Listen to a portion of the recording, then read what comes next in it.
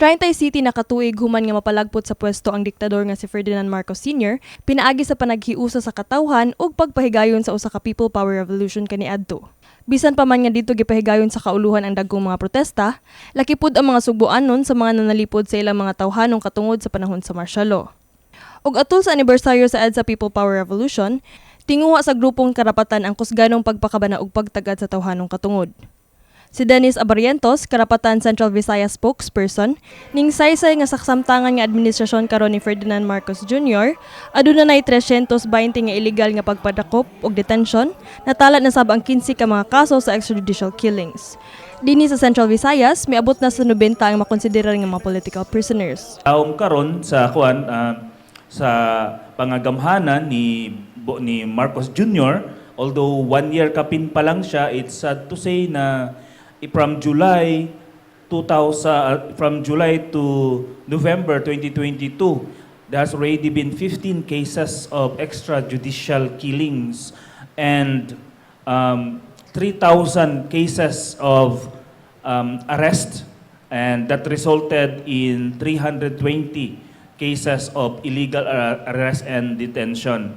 And some of those are languishing in our jails here in Central Visayas, na atay 13 ka political prisoners in Bohol, 6 here sa Kalunasan, and the rest 45 in Gihulngan, 42 in Dumaguete, and 3 in Canlaon, all in Negros Oriental. Sa niaging buwan, aduna sa gikataho nga pagdagit sa duha ka development workers ug labor rights advocate nga sila Dayan Gumana ug Armand Dayoha sa pantalan dinhi sa dakbayan sa Subo sa mga wala mailhing mga tawo.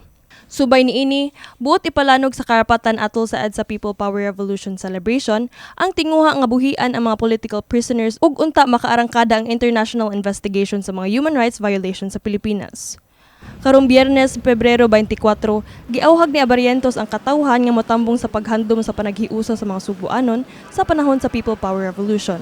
This week, in commemoration of the 37th anniversary of the highlight of our Filipino nationhood, the EDSA Power Revolution, we'll be holding a celebration on this Friday, and we all hope that you can join.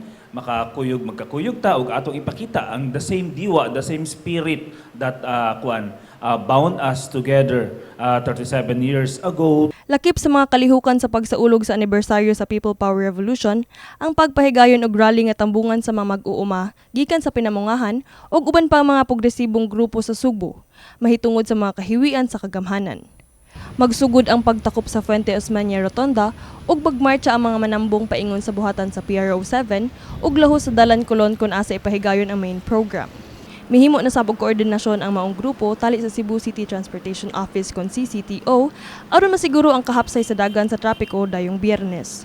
We hope nga mas makamutabang ang ang traffic enforcers na to control the flow sa mga cars para matagaan og opportunity ang mga participants to exercise the rights. We also request na mga pulis kay wa man sila gawas kung mag-traffic sila sa sa kalsada, they should stay away from the lane that the participants will be taking, so not to cause mga undue tension. Kini si Queenie Holigon alang sa MyTV Cebu.